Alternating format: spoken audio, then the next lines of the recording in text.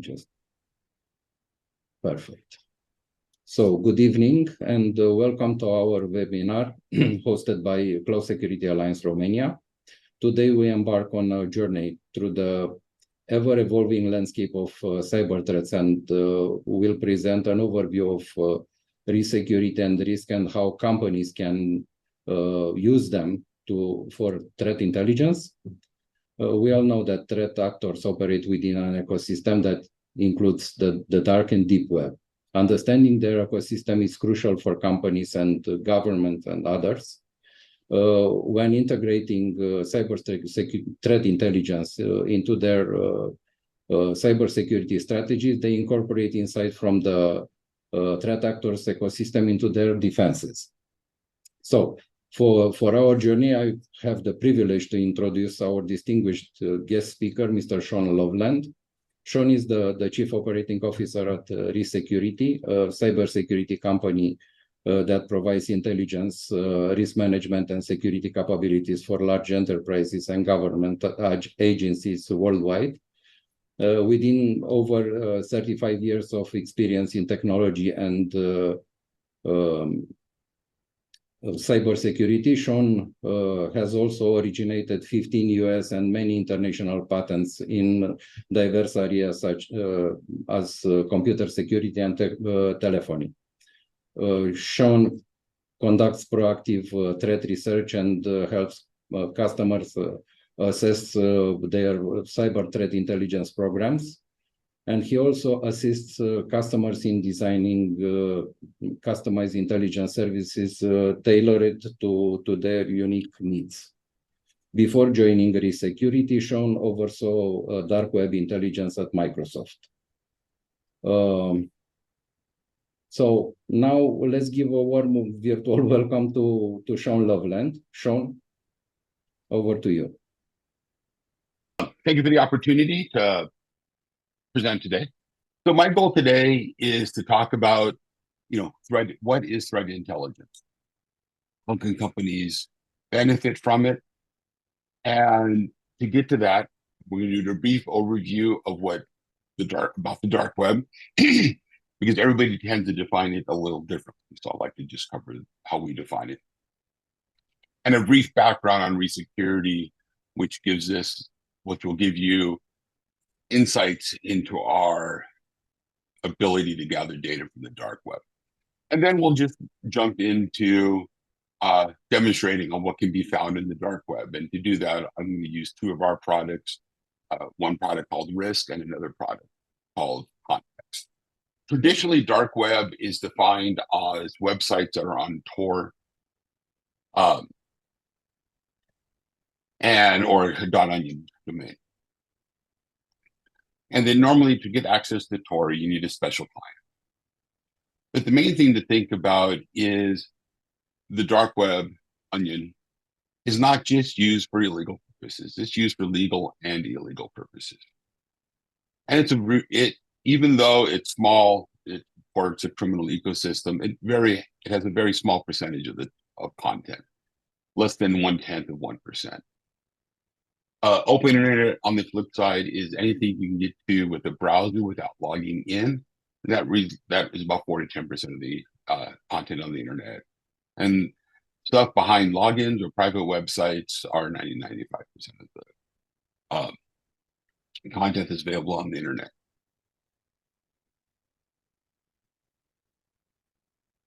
So how does dark web promote cybercrime?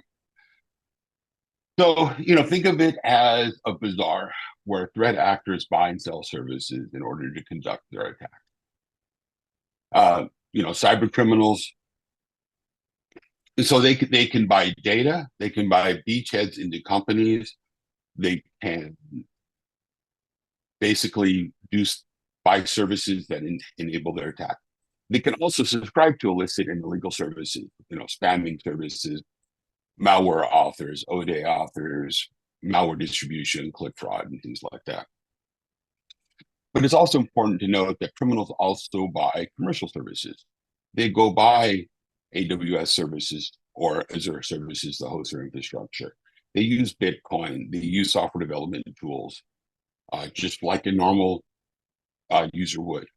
But they also, in the commercial services, also subscribe to gray services in kids. So, for example, spamming services. They're not illegal, they just break terms of use. Bitcoin mixers, same. Captcha solving services, the same. The main effect of this is that it lowers the barrier to entry for new threat actors. It decreases the cost of the attack, and it allows for threat actors to have specialization. In the olden days, a threat actor had to basically develop the technology from end to end to be able to create the attack. And now they just subscribe to services. I don't have to worry about infecting PCs with malware. I go to Marketplace and buy the rights to push my malware to devices that have been pre-infected with loaders.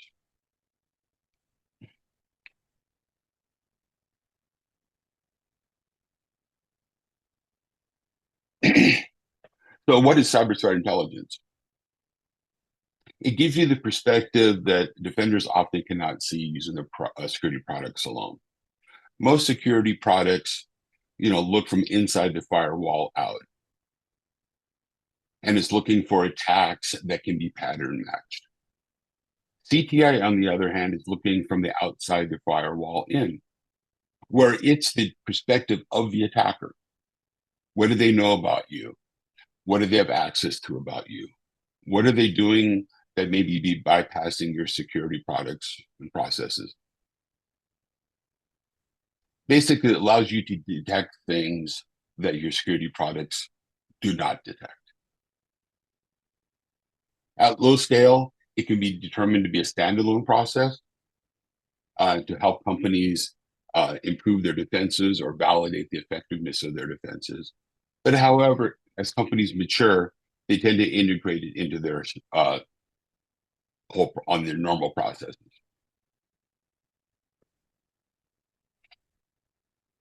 Now, where is intel collected? Now, a lot of some intel is on Tor, but those are websites that typically do not have a barrier to entry. As long as you know the URL to get into, you're able to gain access. You also have the vetted invitation-only forms. Those are you have to be vetted to get into. And vetting could be something as simple as paying $1. Other services can take 12 to 18 months of effort to get invited in. Sometimes it involves meeting a threat actor for coffee, because some threat actors do not work with others that they have not met in person. So the main thing to think about is every layer has different data. And as you go up, you tend to get to more sophisticated threat actors. To put it in perspective, if you had an intel collection system and you wanted to monitor what companies on the internet have been breached, if you only monitor the surface web, the public news, you would see about 5% of the companies that are breached. If you had threat intel from the dark web and you're able to access or scrape the open Tor forums where criminals conduct their business, you would see less than 20% of the breaches that are available.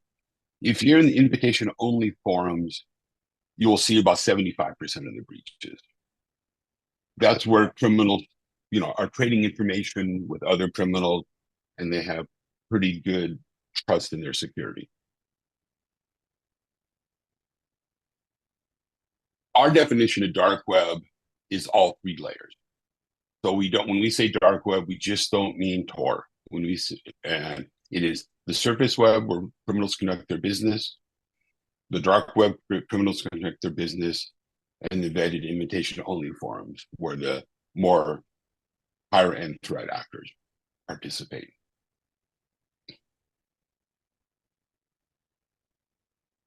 So, Resecurity, we've been around since 2016. We're a US-based company, but most of our customers are overseas. We have about 100 employees globally, and R&D and stuff is in Europe, Africa, and Middle East.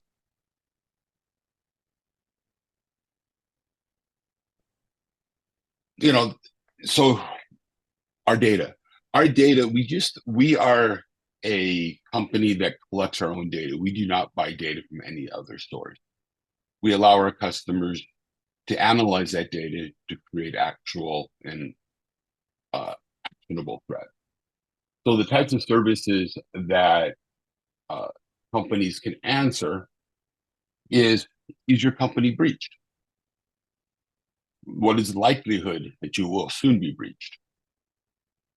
Are your suppliers breached? What's the likelihood of each of your suppliers being soon be breached? You know, a lot of customers are starting to monitor their suppliers. So sometimes, customers want to know, our customers want to know what their customers know about them and potential breaches. That way, they don't have their customers notifying them that they're breached.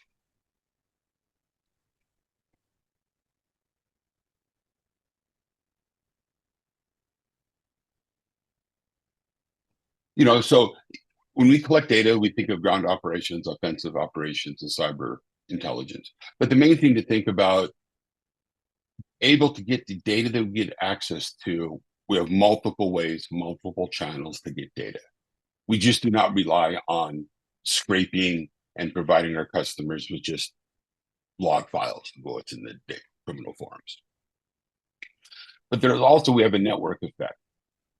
So as we have more customers and as our customers engage in more custom research, we gain access into deeper forms, which then all of our customers benefit from. And our customers vary from small customers to NGOs, commercial companies, large financial institutions, law enforcement, militaries, and other government agencies. So as you can see, as we do our research, our total research for all of our customers benefit. Now, to think about in our perspective, we have different products to meet our customers' different needs.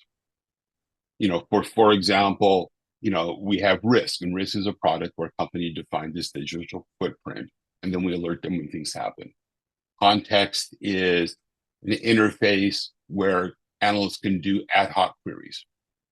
We offer identity protection systems that alerts individuals when their identity is found on the dark web, or their PII is found on the dark web, or their PC is infected with malware. For large banks, we offer financial fraud protection. We also do insider threats for companies, where we're monitoring the dark web for services being offered by employees or internal vendors. We help our customers monitor their supply chain. As a build onto identity protection, we also starting to offer executive protection, where not physical protection, but basically defining them more completely than identity protection to alert them. Are they being targeted? Are their family members being targeted by threat actors? What information is available in the dark web regarding them? We offer also Red Team platform. We also offer Hunters, and that's our human analysts that do custom research in the forums on behalf of our customers. But some of it, like IDP and executive protection helps with the Cyber Resiliency Act. And some of the financial fraud helps our customers prevent fraud, but also measure the types of fraud. But the main thing to think about is that we have one data platform. So if you're looking at botnet data in Risk, or if you're looking at botnet data in Context, it's the exact same data. That data also feeds our fraud protection platform, also our executive protection. So we have one source of data. So it's not like if you buy Risk, you get one set of data, but if you buy Context, you get more of that data. It's all there. So companies, they typically use Risk, Context, identity protection, insider threat, supply chain, executive protection, and our hunting service. For financial institutions, they do something similar, but they also tend to use our financial fraud program. So, for example, we have one bank in the US that cut their online fraud by 93%. So they're saving $70 million a year in fraud by using that platform. Government's law enforcement agencies tend to use risk and context hunters in our supply chain. So, for example, there's some governments that use risk to monitor their nation's critical infrastructure. Law enforcement agency uses this for research. And one of the things that we do that a lot of threat intel vendors do not do is that we do attribution research with chain of custody if the customer so requests.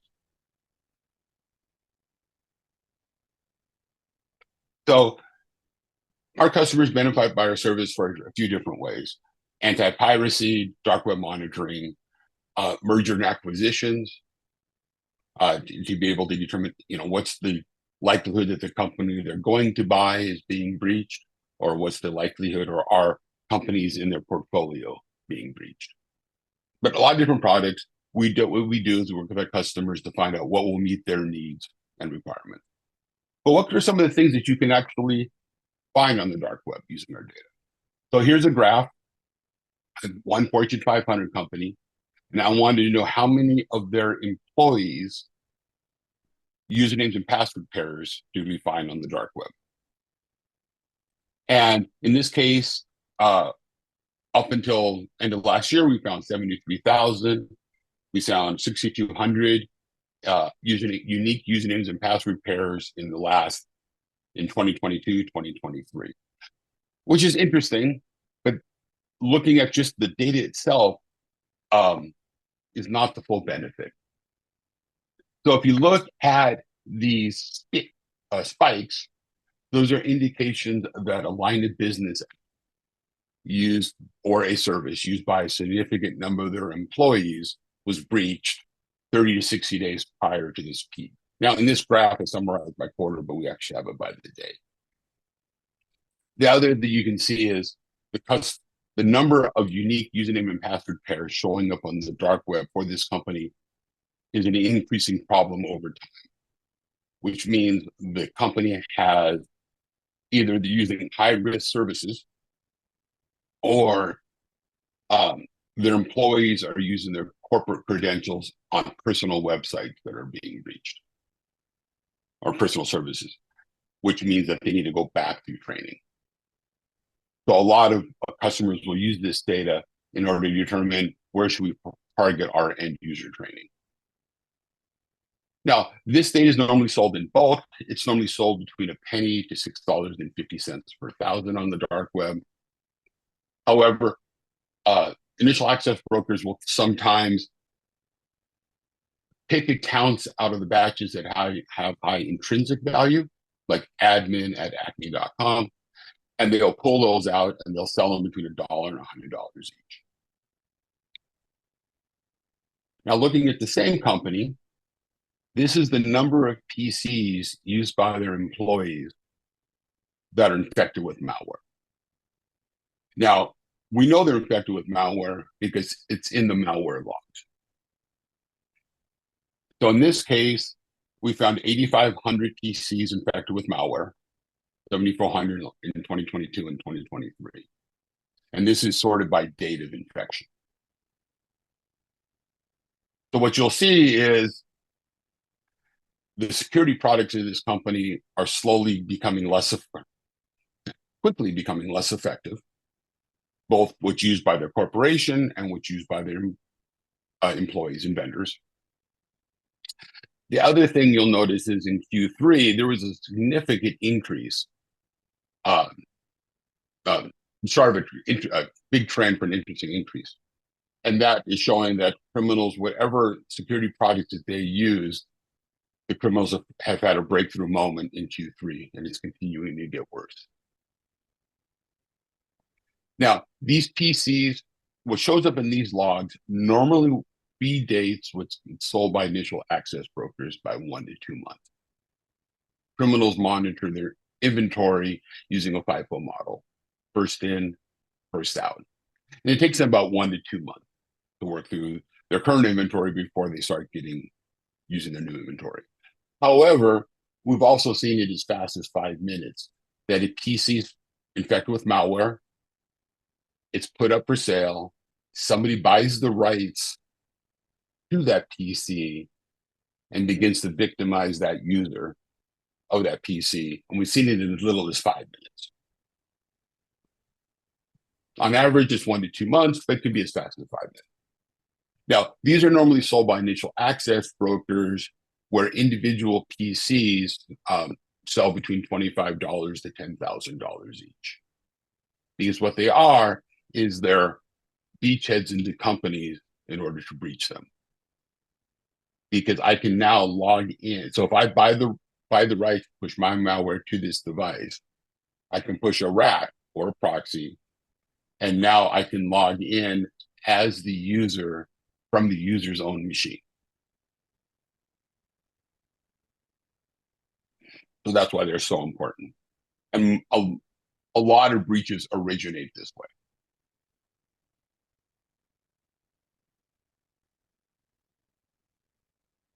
So that was my quick little demonstration of Resecurity and the dark web. I want to spend a lot of time on the demonstrations and Q&A. But just to make sure, does anybody have any questions so far?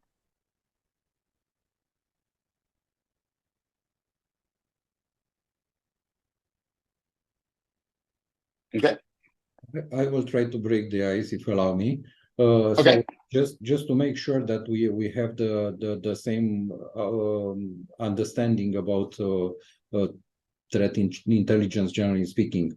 Can you share with us or explain briefly what are the main capabilities of threat intelligence, just to make sure that all the people will have the same understanding before going to the demo session? Thank you. So basically, it allows you to track cyber threats. So it allows you to put yourself in this perspective of the attacker. So for example, I'll show you one of the demonstrations. Let's say Microsoft or somebody released the new CVE yesterday, and you want to know, has that CVE been weaponized? Has it been productized? Or an exploit for that CVE been weaponized or productized? What criminals are going to start using it? You can actually use CTI to actually monitor that. You're able to give yourself perspective of the attacker. What do they know about me? Do they have access to PCs used by my employees or my employees' credentials? And CTI used to be complex and hard. It's becoming more cost effective and easier for use. So even smaller companies can benefit from it because they can find products and services in their price point and being able to meet their needs. And it's also important to realize that the effectiveness of legacy security products are becoming extremely less effective.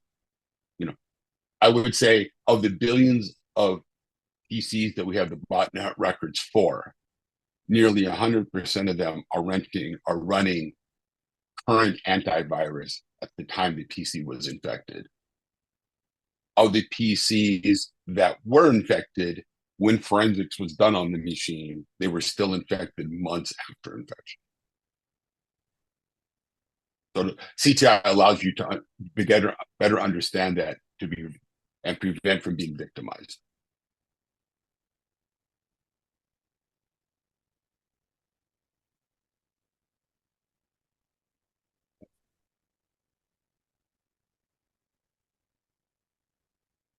So there is no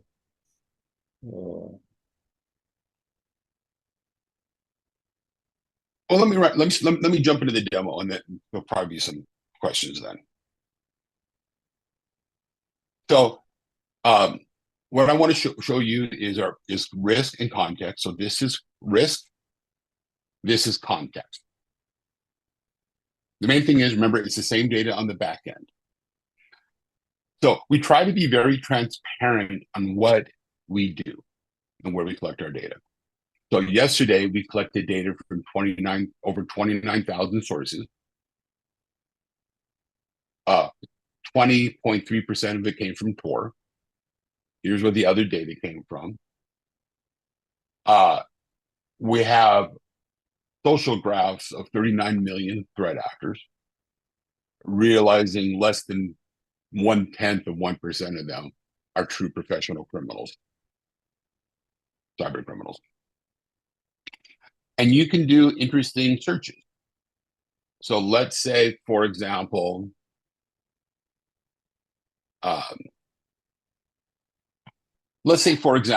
you want to do a global search. And let's say Microsoft released the CVE yesterday, or there was a CVE you're interested in.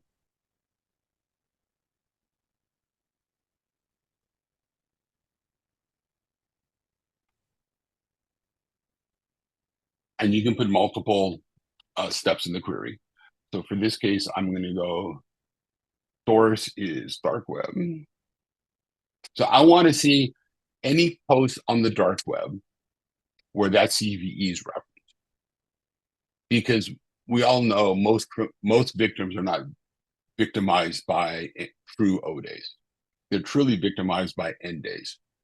And what's really nice is when criminals sell an exploit for an end day, they always refer to it with the CVE number. Because they have to, because people buying it need to know what they're buying.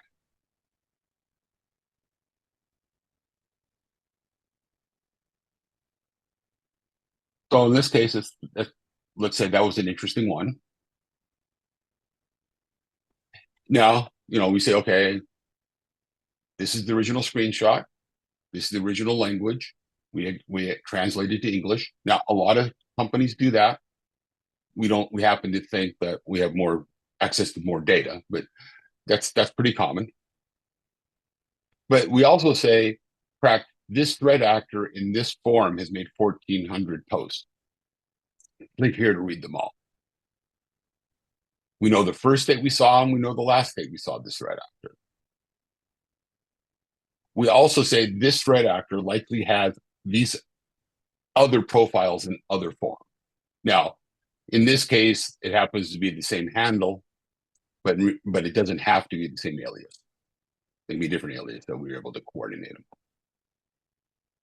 Here's his recent posts across the different forums. Here's his social graph across the dark web. Let's finish building out. So this allows you to, here's what we know about him. Email addresses, real names, phone numbers, sometimes physical addresses, everything we know about the threat actor and who he communicates with. So this allows an analyst to go in and go, oh, hey, he's associated with these IPs. Do I see these IPs in my logs?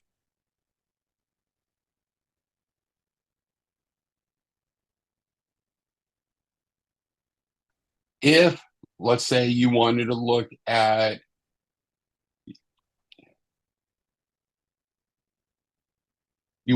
for compromised credentials for your company, and your company was called acme.com. You're able to see the usernames. Well, when we first saw the username and password pair, what else was shared? And it's important to realize that in this view, I do not expose the entire password. But we have the password in the clear. The threat actors have the password in the clear. And if a customer requires to see it, they can also see passwords in the clear. But typically, most analysts do not want to see passwords for their employees. Let's say I'm more interested in PCs that are infected with malware. When a credential, an acme.com credential was compromised when the PC was infected with malware. Now, let me do this first. So in our logs, we have 469, but to make it for a cleaner demo, I'm also going to look for when an account was compromised and we detected a password, it just makes for a cleaner demo. So you also see it underestimates it. So let's pull up the first one. So on April 5th, this PC was infected with malware. We found it on April 7th. This is the IP at time of infection. This is the botnet name that we think it was. Here's the user's username and password to log into this URL. Here's the information that was collected by the malware from this machine. Here's the machine name. So as part of the telemetry for most malware, it inventories itself so it can detect its own efficacy. So sometimes malware, or most of the time malware is kind. So this is the location on disk of the initial malware infection. Here's information about the device. Here's what information about the hardware. Here's what antivirus is running at the time of infection. Here's all the apps that were installed on the device at time of infection. And here's all the apps that were running on the device at time of infection.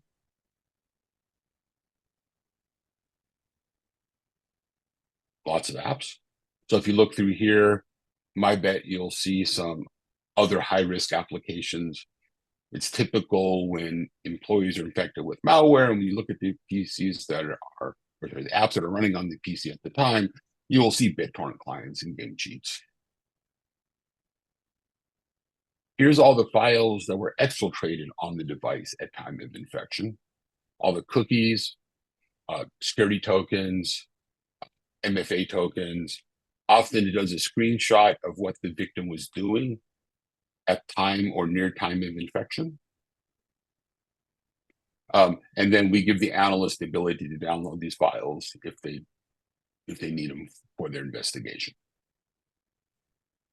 So our goal is to provide this company with the information that the threat actors have about the company.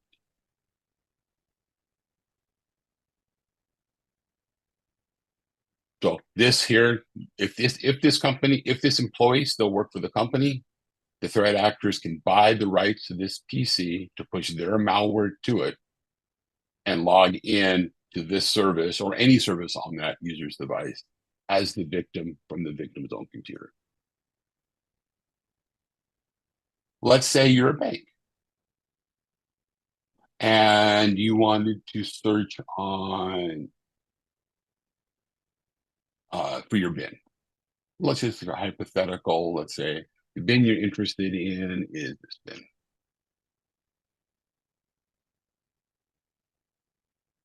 Which you're wondering, it's Bank of America. And you want to find something in the last 90 days. So here's the banks. Here are credit cards that are being put up for sale. 1,855 of them put up for sale in the last 90 days. How the credit cards got compromised. So here's all the information that was shared. Now, what's nice is on any query you do in context, once you get the query just the way you like it, and you keep adding more conditions, you hit monitor, and now you'll get an email alert when things come up for this monitoring task. So let's say, let's go with this one. Let me go into the search. Let's search for, let's do this.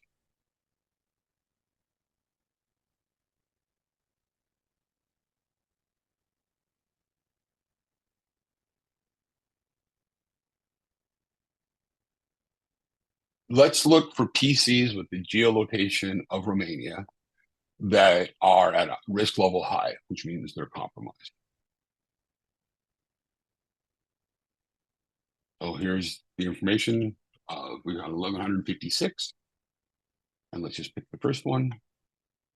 So this tells you the host name for this, what malicious activity was detected, who was detecting it, whether it be us or somebody else, and other information we know about this infected computer. And this becomes more interesting when I show you risk. So let's say, so just as to clarify, in context, you can do ad hoc queries across our data set and being able to do investigation.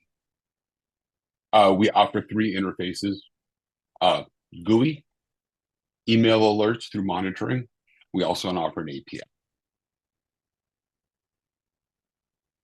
In risk, on the other hand, is something where you fire and forget. You define your digital footprint, and I'll show you that in a second. And then we just alert you when things happen. We also offer three interfaces, GUI, alerting, and API. Companies can integrate it into their system if they so desire. So if I pull up a sample company, now this is a sample company, but it is real data. This is where we're seeing the threats coming from. Here's a company's relative risk score over time and why it's changed from an A being good, F being bad. What changed? Now, it is designed to track a company over time relative to itself. This graph is not designed to compare company A to company B. So here's the information that we've collected. So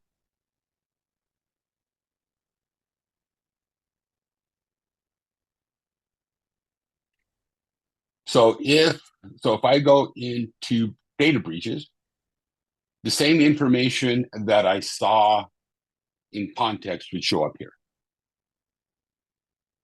If I go into botnet data, it's the same information that would show up in context. Now, with the different part it is when we put in the domain for Acme, we also spidered out going, what other domains are related to Acme? What are subdomains? What are hosted on the same infrastructure and owned by the same company? So this is a little bit more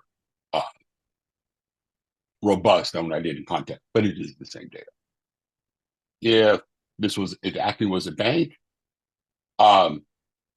here are the bins that they set up to monitor for. So the same information you get in context, you get in here.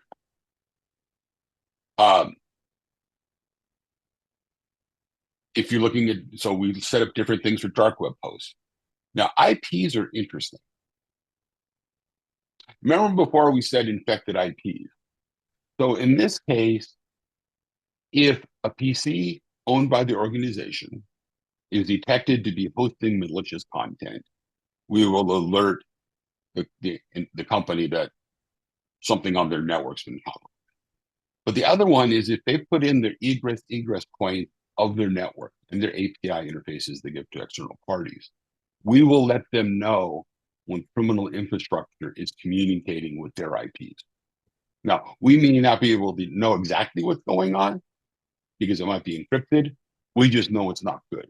So we'll alert them, says, okay, on this date and this time, this IP was coming to this IP for this duration.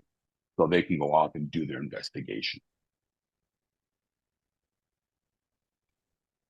If you have a particular threat actor, you can put it in here and we'll notify them when that threat actor posts on them.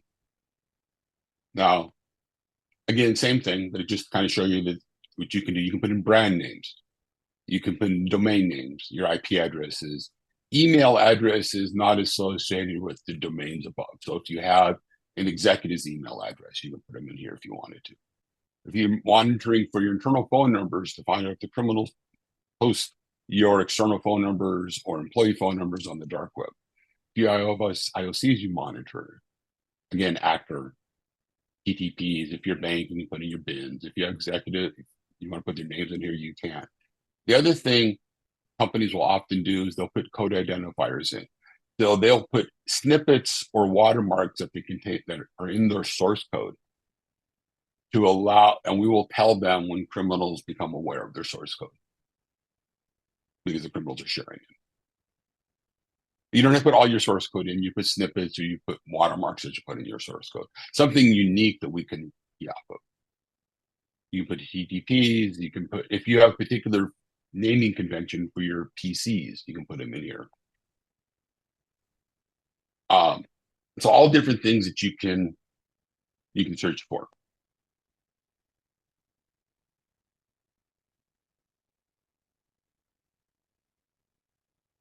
Again, it's the same data. So if we go back to here,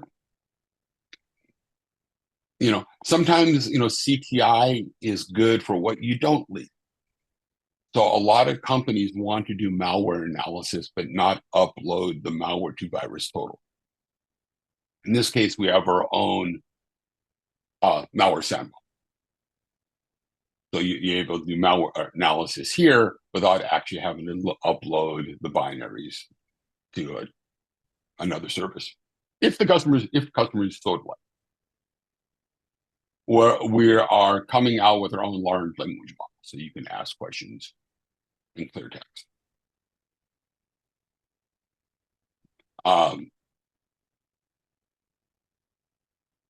Any questions? Anything anybody would like to see?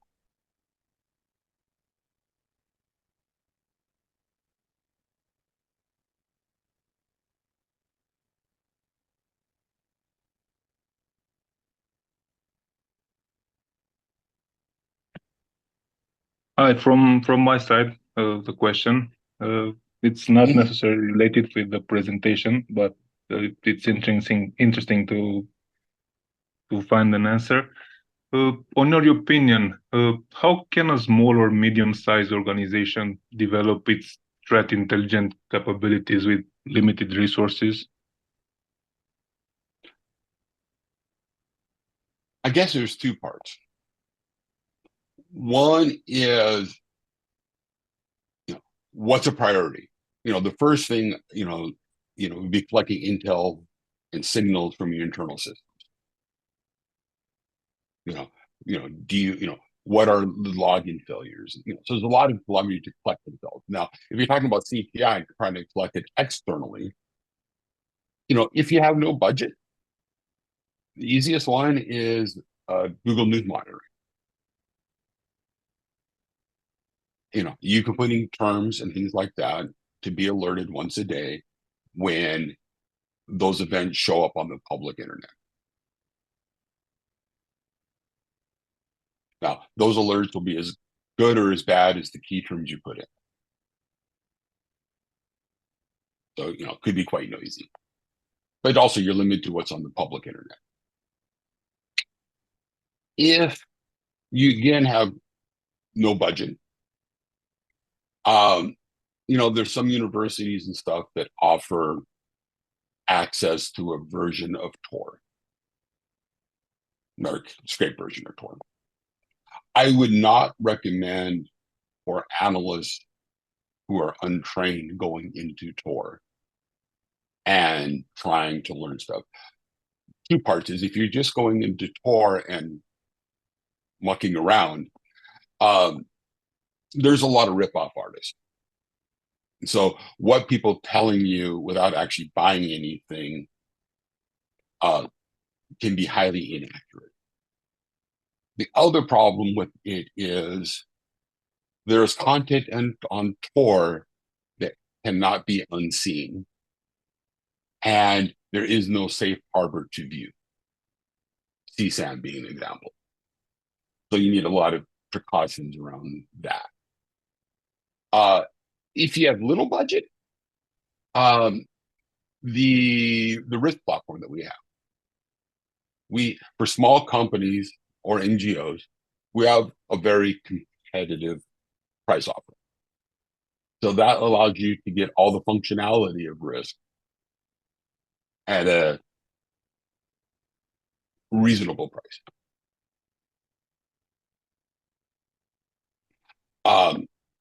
Did that answer your question, or are you looking for something a little different? Yeah, that's good. Thanks. Okay. Yeah, the main thing to think about, whether you use risk or whether you use open source, whatever the case might be, what I tell people is getting the data is the easy part. The hardest part is all the processes and controls and data governance and rules for the analysts of what they can and cannot do. For example, hey, if you get access to context for your job, don't moonlight for something else. Don't try to stalk an ex-girlfriend. it's those controls are hard. That's one of the things we help our customers think about is, hey, have you thought about this? Have you thought about that? Because when you're doing CTI, even for small or big company, the way I put it when talking to lawyers are always ask for permission and never beg for forgiveness. Because an analyst can accidentally do something that will cause civil or criminal repercussions to the analyst and or the company. So that's why it's important to have all the processes in place and understand what the guardrails are, understanding rules of engagement. What can analysts do and what can't they do, either directly or ask a third party to do on their behalf. I'm more than happy to have conversations with customers to help them better understand that.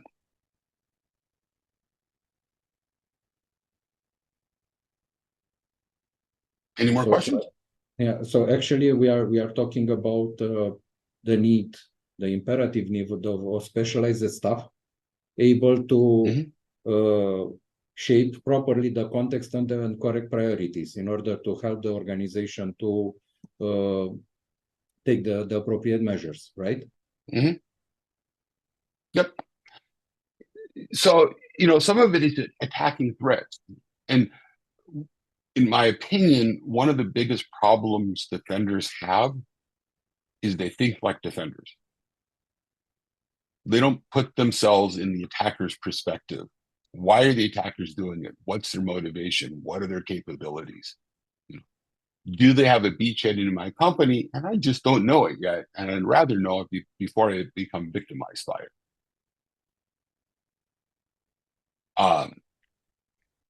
And the other one is like, well, this graph here is understanding, a company understanding, hey, my security products and processes are deteriorating over time at a rapid rate, which means to a company, I'm over-investing in technologies that are ineffective, and I'm under-investing in technologies that are effective. So it helps customers understand, what their current capabilities are and risks are. And what I tell customers are, they could come to us, spend a lot of money, lots of hunter time, lots of tooling. And the best piece of paper I can give them is a blank piece of paper. With high confidence, you don't have any problems. All your security products are effective. Now, I have yet to give a blank piece of paper to a company. But that's the best thing. It's understanding, hey, you have a problem and it's getting worse, or you getting a problem, it's a little bit getting worse, but you probably need to go through some training with your employees about using business email addresses for personal services. And for helping the employees understand the risk, because it's both a risk to the company and it's a risk to the employee.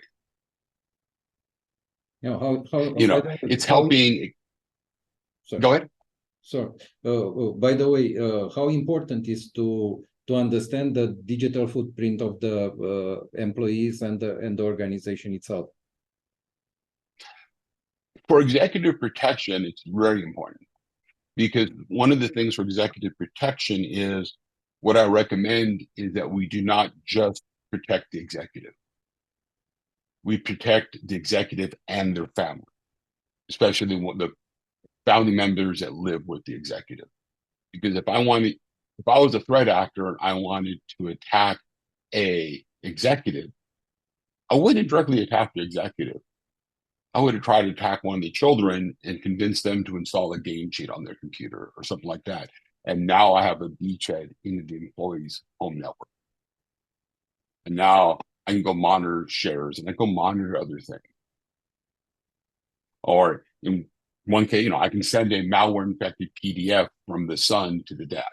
When the dad clicks on it, fast PC zone, so I can more easily move laterally. And I think for defenders to be more effective, they need to have a better perspective of the adversary. So by understanding the capabilities of the adversary, because in the olden days, I was concerned about the capabilities of the attacker. These days, I'm not concerned about the capabilities of an attacker. I'm more concerned about the capability of the attacker's supply chain, because they can pick and choose the pieces of tools that they want.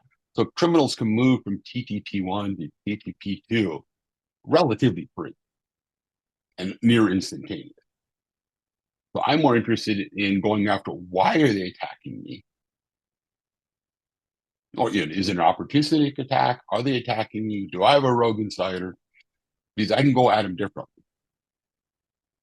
And if I can attack the why, the how doesn't really matter as much. So that's where I think CTI helps defenders understand: am I being affected? Am I being effective? Am I being affected? And no security products foolproof. They all have workarounds. MFA's got workarounds. Almost all of the MFA has been defeated. So the goal is to understand how the criminals are evolving, how they're defeating it.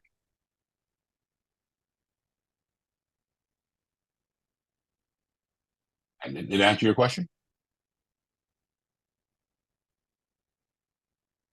And also, we need to make sure that the security controls we put in place are effective, because otherwise, we open the doors.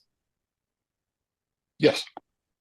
And the thing about it is, the other thing that I think companies are starting to understand now, is that when they outsource, they used to think they outsource the production and they outsource all of the cyber risk. But in reality, it's the complete opposite. When a company outsources stuff to their supply chain, they inherit all the risks of their supply chain.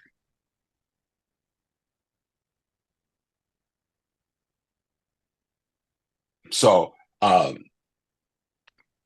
companies should monitor their supply chain. 60 to 70% of all breaches originate from the supply chain.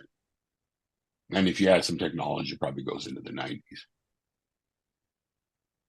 So it's more than just protecting yourself. You have to extend what your protection, or at least your visibility, into your supply chain. And in some cases, suppliers of your suppliers.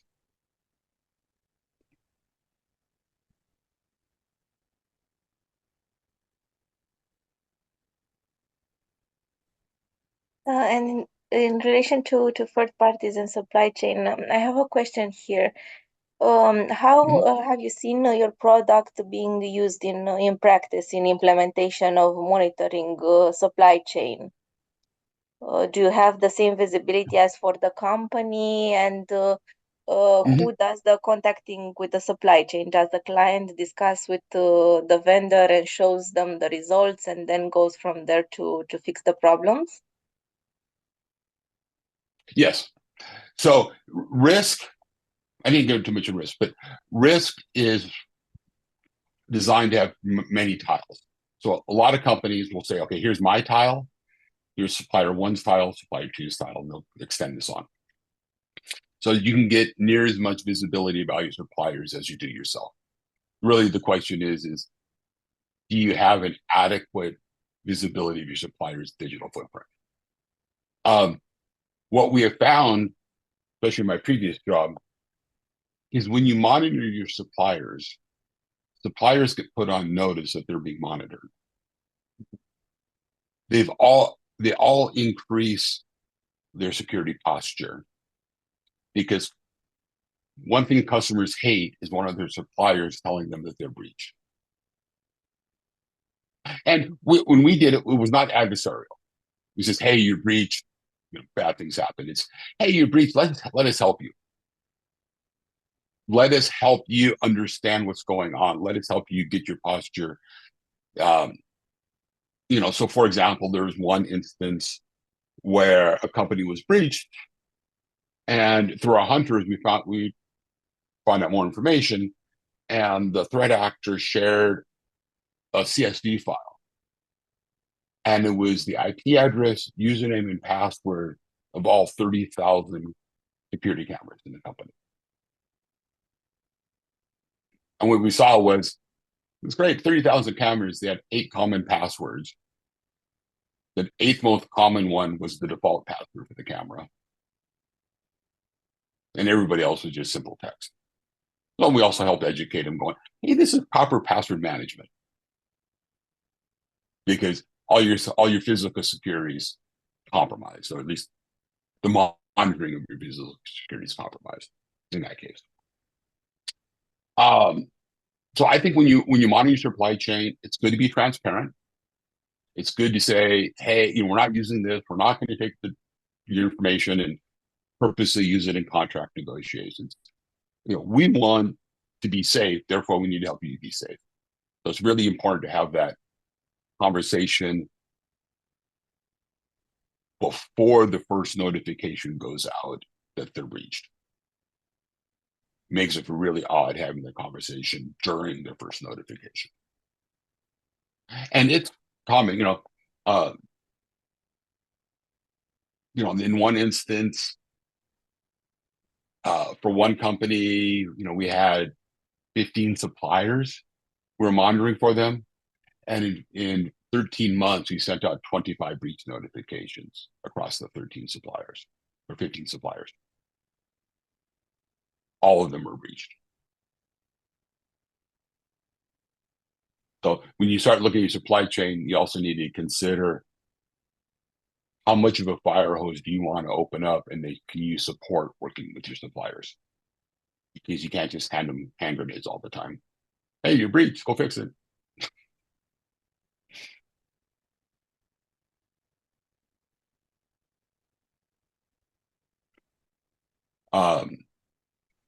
As far as supplier management, we're going to simplify it a little bit more to allow you to manage suppliers. But right now, it's done through risk.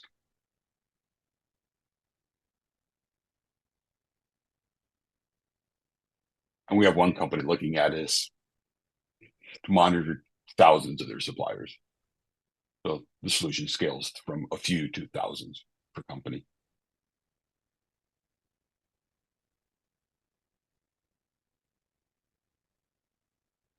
And so we collect stuff on the dark, even though it's on the dark web, it's classified as public, legally classified as public, even though once people get it, it turns back into HBI and all the other ones.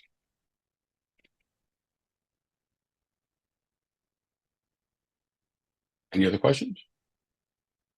Because we are talking earlier about the effectiveness, and because almost all organizations use metrics to evaluate performance, what are the essential key performance indicator, in your opinion, for assessing the effectiveness of a threat intel program or software? There's an extremely high correlation between PCs infected with malware and probability of being or soon will be breached. So that's a metric that we use. Same with compromised credentials. Now, compromised credentials and PCs, the reason I say it's not a direct correlation, because a lot of those employees don't work there anymore. So the accounts are no longer active, but they're still cached on the user's PC. Monitoring that over time. These other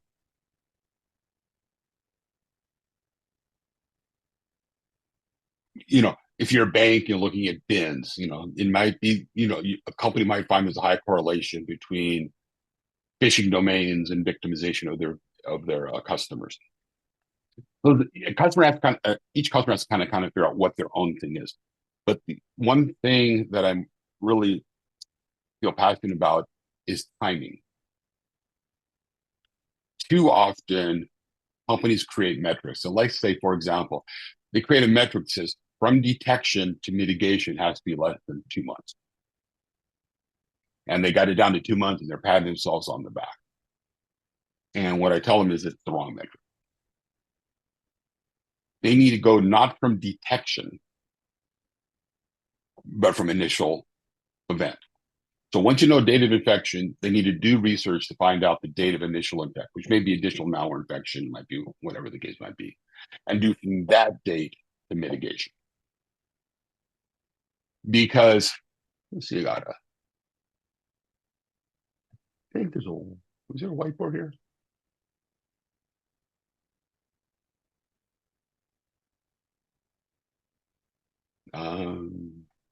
Okay, I'll do this.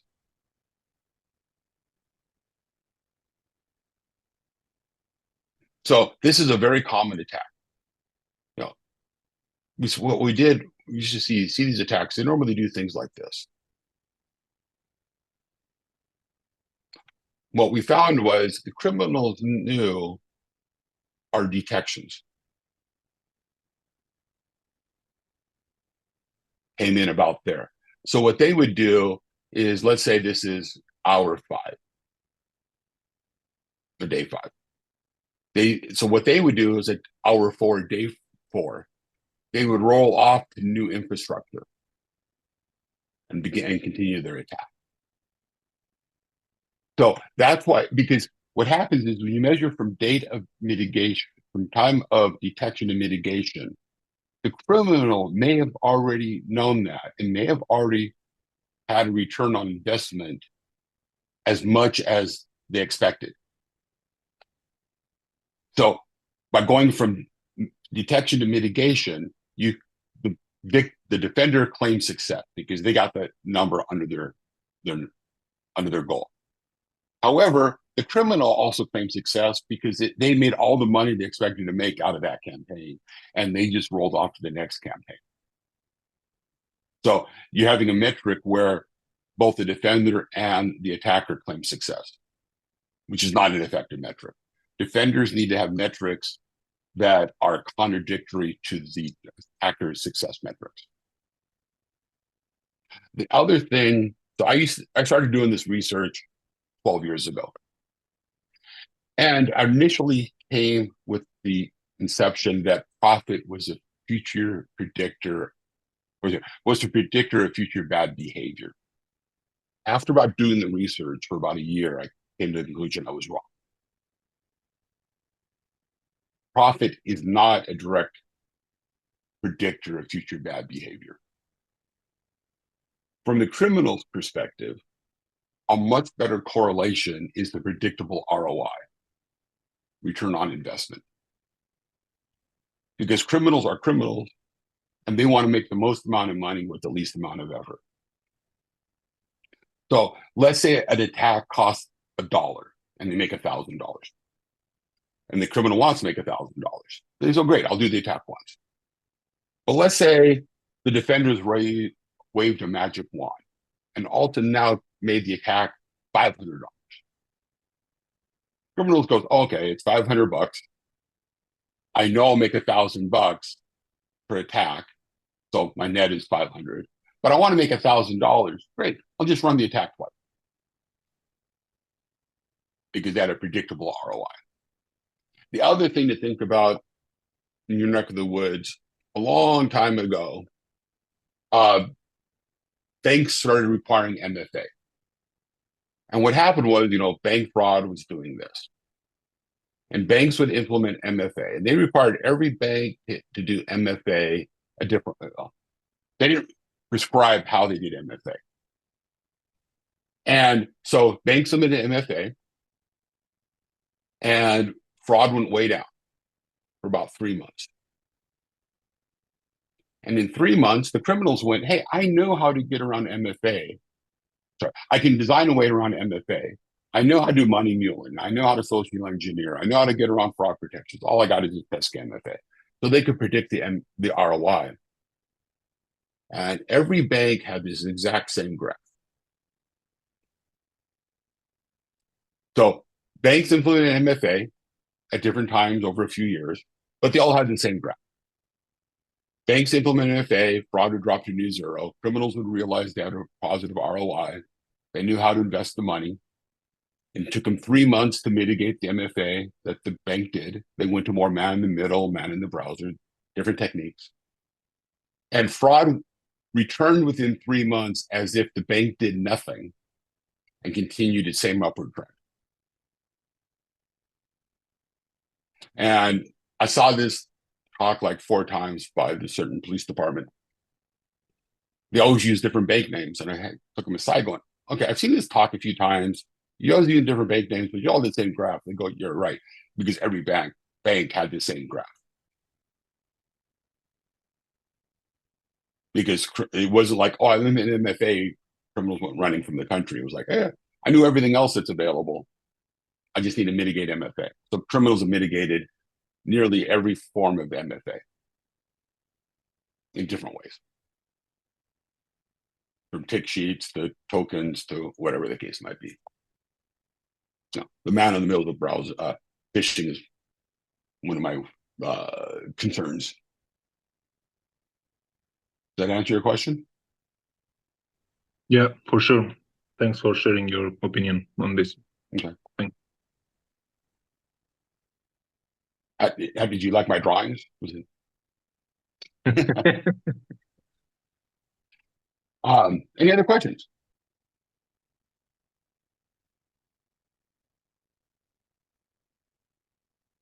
I had one more question. Does the solution also cover the cloud tenants used by the companies? And how should the companies declare the, let's say, the tenants or the internet exposed parts of the tenants? So are you're talking as a customer of the tenant, or are you talking, sorry, a customer of the cloud, or are you talking as the cloud provider? No, as a customer to the cloud. Okay. So yeah, you can define your own. So as long as you have identifiable footprint, like you have static IPs going into the cloud or things like that. Yeah. It's all covered for risk. It's all covered under the Sorry, companies. Sean, can you allow me to put it in a broader context? How do you integrate the cloud, the cyber threat intelligence within security operations? I think it's for a company. Yes. Okay. So right now we offer 3 interfaces, and to context or risk. We offer the GUI, like I showed you today, where analysts can go in and have access to the GUI and see what they have and do reports and things like that. We also have email alerting, so analysts don't need to go into the tool every day. They just can be alerted, says, hey, for this monitoring event or for this risk tenant, you have 6 new events. Click here to read the details. We also offer API access. So if customers who want to integrate this with their systems, their SOCs and stuff, can integrate it with using the API. So everything you get to from the GUI, you can get at from the API. Now, we're coming out with some in-the-box integrations, but right now we don't.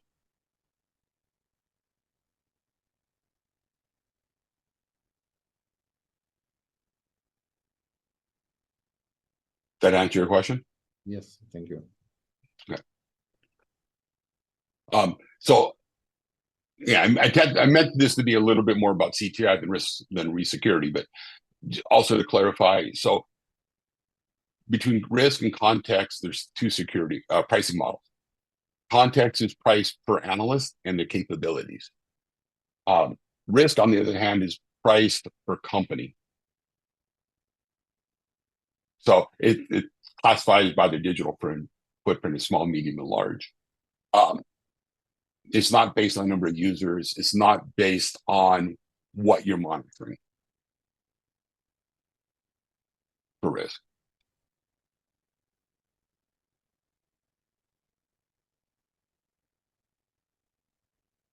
And most of our customers end up using risk for most of their work. They end up using context maybe for a couple licenses for investigators. one of the things, we'd love to offer CSA globally is offer CSA. That is basically in risk. They could have a tile for each CS local chapter, so they can monitor themselves. And then what's nice is in risk, this is multi-tenant, and so if an analyst, for CSA Romania would be here, and only CSA Romania would have access to this tile. So CSA Global will access all the tiles, but then you can delegate different tiles for different chapters.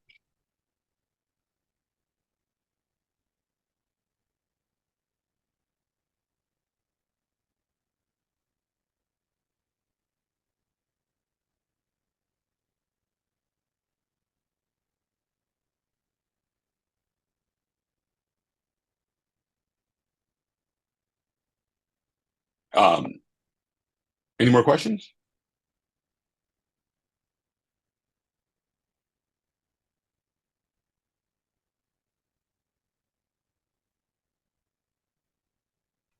The main thing to think about is, risk is designed to be a simple solution. It can be used by small companies without any integration, all by itself, by a single analyst to do overwatch on their system and their users. It's easy, but it also scales up to some countries' license risk to monitor national critical infrastructure. So power plant 1 here, power plant 2 here, power plant 3 there, type of thing.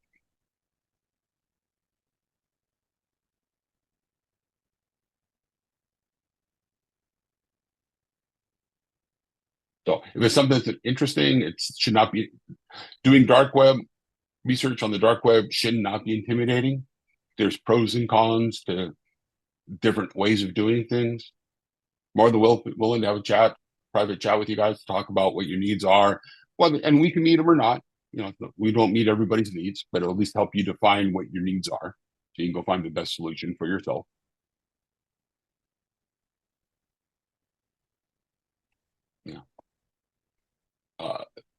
The main thing to think about is the policies around it. That's probably the hardest one, and it's talking to your lawyers or your HR department about different things. It's simple things like in the US, it's common to have employees sign what's called a potential offensive content document that says, hey, you're doing on the dark web, we do our best to keep illicit things out of you. But there's a chance you'll see it because some criminals do certain stupid things on the dark web, like they will put porn in as their avatar. So there's a chance you'll see it. Don't do this for a hostile work environment. We do our best to screen things out, to screen the CSAM stuff out. It's never a problem, but just the process that needs to be in place. What you do, what analysts can and cannot do, what's your messaging to your employees when you find things, especially when you find things on their personal computer at home, which is impacting the business. But it's also notifying them that says, hey, yes, your corporate account was compromised, but so was your bank account, so was your health. All the devices on that device, all the accounts on that device were compromised. You may not know what they are, but you can tell the employee what they are. I mean, that statement. And then saying, hey, we're not collecting this information, the criminals did.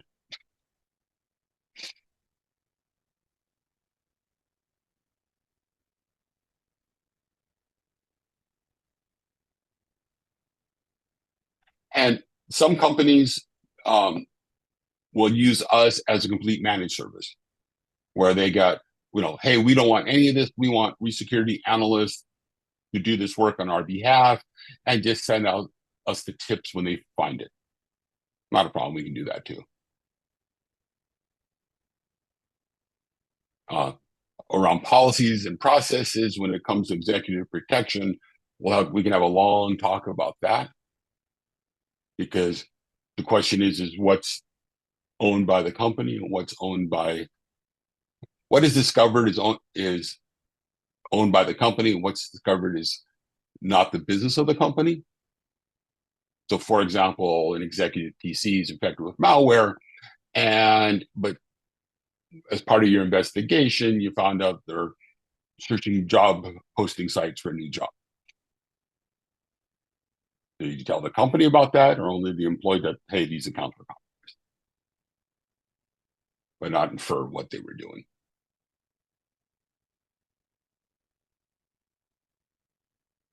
So processes is the biggest part of this.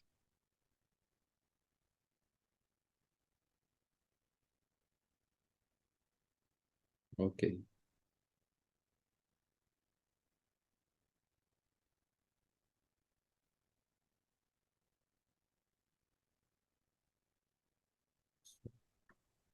Any other questions from our audience, please?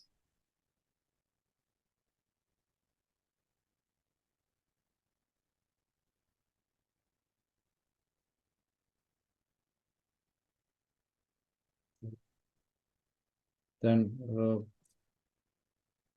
thank you very much to all of you for joining us today. I'm sure that each of you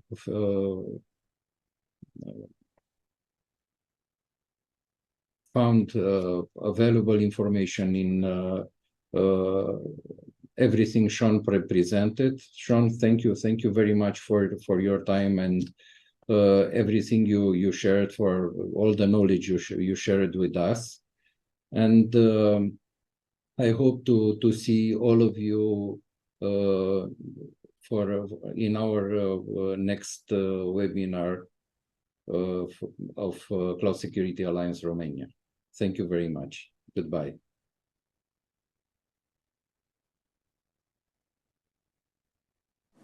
Thank you.